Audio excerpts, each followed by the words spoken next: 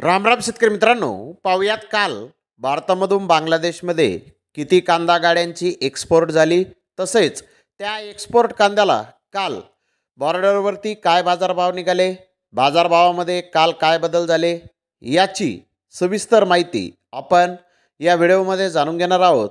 त्यासाठी मित्रांनो आपल्याला व्हिडिओ संपूर्ण पाहायचा आहे। तर मित्रांनो, काल गोजेडांगा बॉर्डर इथून 80 गाड्यांची एक्सपोर्ट ही झालेली आहे। तर मेंदीपूर बॉर्डर इथून 57 गाड्यांचे एक्सपोर्ट काल झालेली आहे।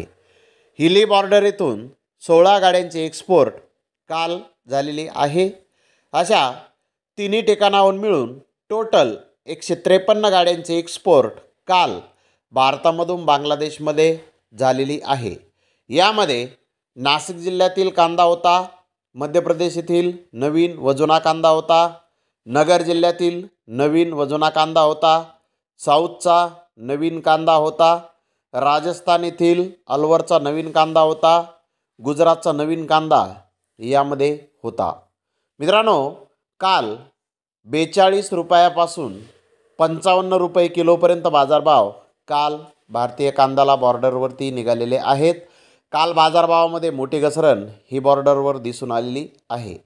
तर धन्यवाद मित्रांनो, आपण माझा व्हिडिओ शेवटपर्यंत पाहिल्याबद्दल। व्हिडिओ आवडल्यास लाईक करा, शेअर करा।